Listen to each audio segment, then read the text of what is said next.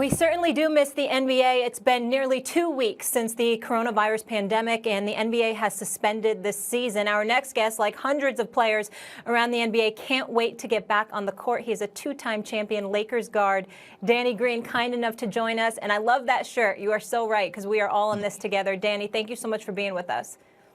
Thank you guys for having me. I really appreciate it. Good to see you, Danny. Yeah.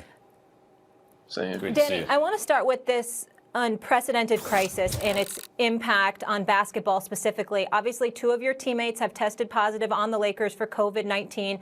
What has this hiatus, this past 2 weeks, been like for you and your brothers, your teammates? It's been very different. Figuring out different ways to occupy our time. A culture shock. A lot of boredom. But interesting and good time to spend with our families, hold our loved ones close, and actually enjoy being home for a while. But I think guys are getting antsy and want to get back out on the court as soon as possible. Danny, appreciate you being here, man. I want to know what level of communication, if any at all, that you guys have been able to have with one another. Are guys just communicating, on Skype or FaceTime? Are guys taking risk in terms of seeing one another face to face, practicing social distancing, but still seeing each other? What kind of contact have y'all had with each other since the pandemic obviously came about? We haven't had any physical contact since the Brooklyn Nets news broke. We had been tested that morning. The next morning, we all stayed in our cars and then we went home. From there, we haven't really talked. We talked via text. We have a group chat we talk in. We've had a couple FaceTimes. I had my Inside the Green Room podcast where I had some of the guys on as guests. But outside of that, mostly just text, no physical contact.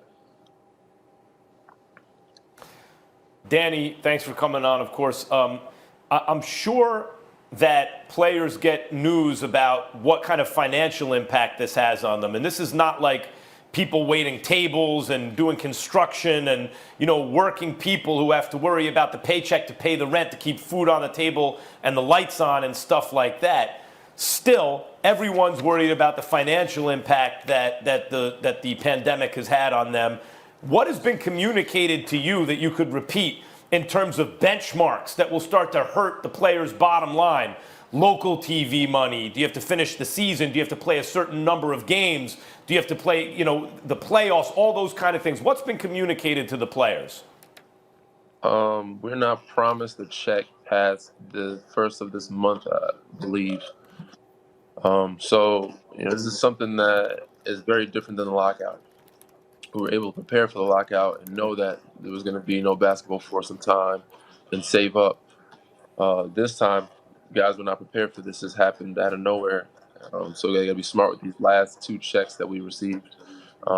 We may be getting past that. We don't know yet.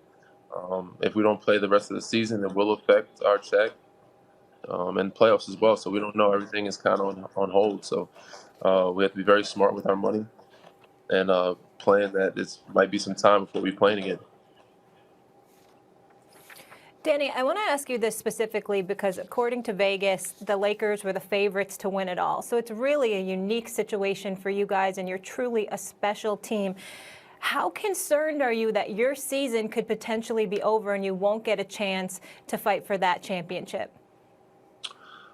Very concerned. I don't think it'll be over, but the postpone can affect in a good and in a bad way, especially if it takes a long time to get back.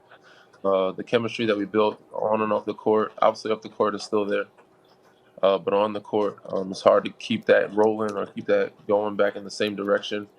So we can hope that this thing goes away as soon as possible and we get back to playing, hopefully as early as we can, not mid to late June. But if we get back sooner, the better for us. Hopefully guys will be well rested at that point and hopefully still in good shape. Danny, two-part question here. A, where did you guys feel that you were once all of this happened? Meaning that did you guys feel that, you were the favorites and you deserved to be the favorites to win it all. And number two, and more importantly, anytime you think about the Lakers, you think about LeBron James and you think about his leadership. And obviously, LeBron James is the kind of person that he's preparing every day to be back. So when the bell rings and it's time to return, he's going to be ready. I'd like to know what kind of things, what kind of words of wisdom he's imparted on you guys. We felt we were pretty close to where we wanted to be. Still not at our full potential, but probably about 80 to 85. We had a great weekend before we played Brooklyn, where they played a tough game and they beat us in a close one. But we had a good stretch before this all happened, and we were rolling in the right direction. And so we feel like we were at like 80, 85% of where we wanted to be. And so obviously, Bron has been taking the steps he felt was necessary to put us in that direction, and himself. Obviously, him and AD pushing each other, working together. But they had gotten us to a point where we were in a good position before playoffs started coming around. Danny, since we're talking basketball, we haven't had a chance to talk to you since you've been on the Lakers, and I haven't had a chance to ask you this question. You won titles with Kawhi in San Antonio and in Toronto. Now you're playing with LeBron James. They're different kinds of players. What's the difference in playing with both those guys? Two very great players, man. A lot of similarities and some differences, but they're extremely serious about their game, their work of their body of art, how they take care of their bodies, and leading their team.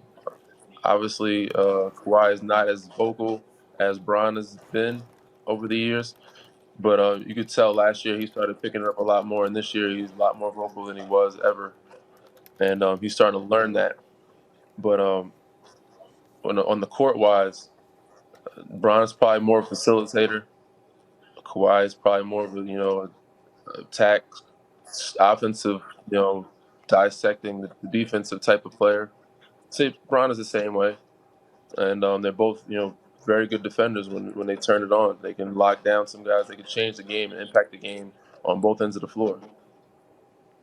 Danny, we'd all love to see an LA on LA Western Conference Finals, and hopefully everything resumes. Tell me this, how obviously you were his teammate and now you would be going up against him. How do you stop Kawhi Leonard? With all great players, you can just hope to limit them as best you can. There's a reason why they still score at a high clip and efficiently, even though you know what they're going to do. You just try your best to limit that, contest it, and hopefully they miss and have an off night. But Kawhi is a great player, and you know what he's going to do, just like other great players and other All-Stars. You try to limit that, but at the same time, he's going to get to his spots, and you're probably not going to stop it. You can probably contain it, though. But we also know a motivated LeBron James is something to mess with, too. And you've certainly been vocal about that as well, that's equally as tough to stop. Danny, stay safe. Thank you so much for being with us here, making some time, and we hope to see you back on the court soon. Thank you, guys. You guys stay safe. Great to see you. All right. Appreciate you. When we return here on First Take, Cam doesn't have a job. Where should he land next? The fellas break it down for you. It's First Take.